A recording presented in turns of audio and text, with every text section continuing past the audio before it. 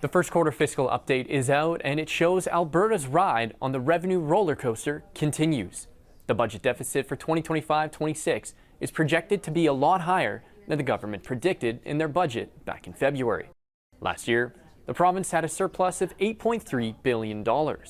It's currently on track to end this year with a major deficit. We are now forecasting a $6.5 billion deficit, our first deficit in 5 years. Softening oil prices are largely to blame. The price of West Texas Intermediate is currently forecast as $63 a barrel.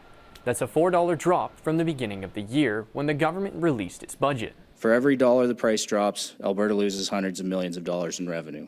And although the U.S. trade war plays a role in the deficit, Horner says that tariffs aren't hitting Albertans as hard as they projected, mostly because the province's exports are protected by a North American trade agreement. The actual tariff implications for Alberta between us and the U.S. have been lighter than we anticipated at budget.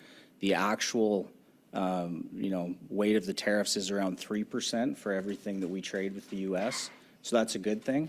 The official opposition argues this shows that as Albertans continue to struggle with rising costs, the government needs to do better. And here we are just a few months later, and that deficit has ballooned to $6.5 billion.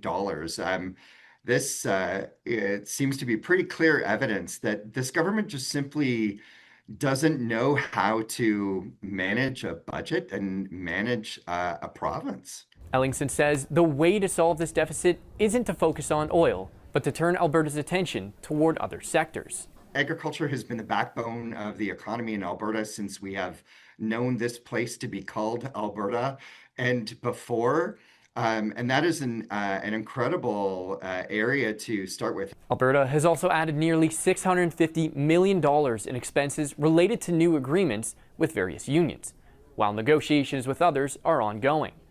And a promised break on personal income taxes will also cost the province about $1 billion in revenue.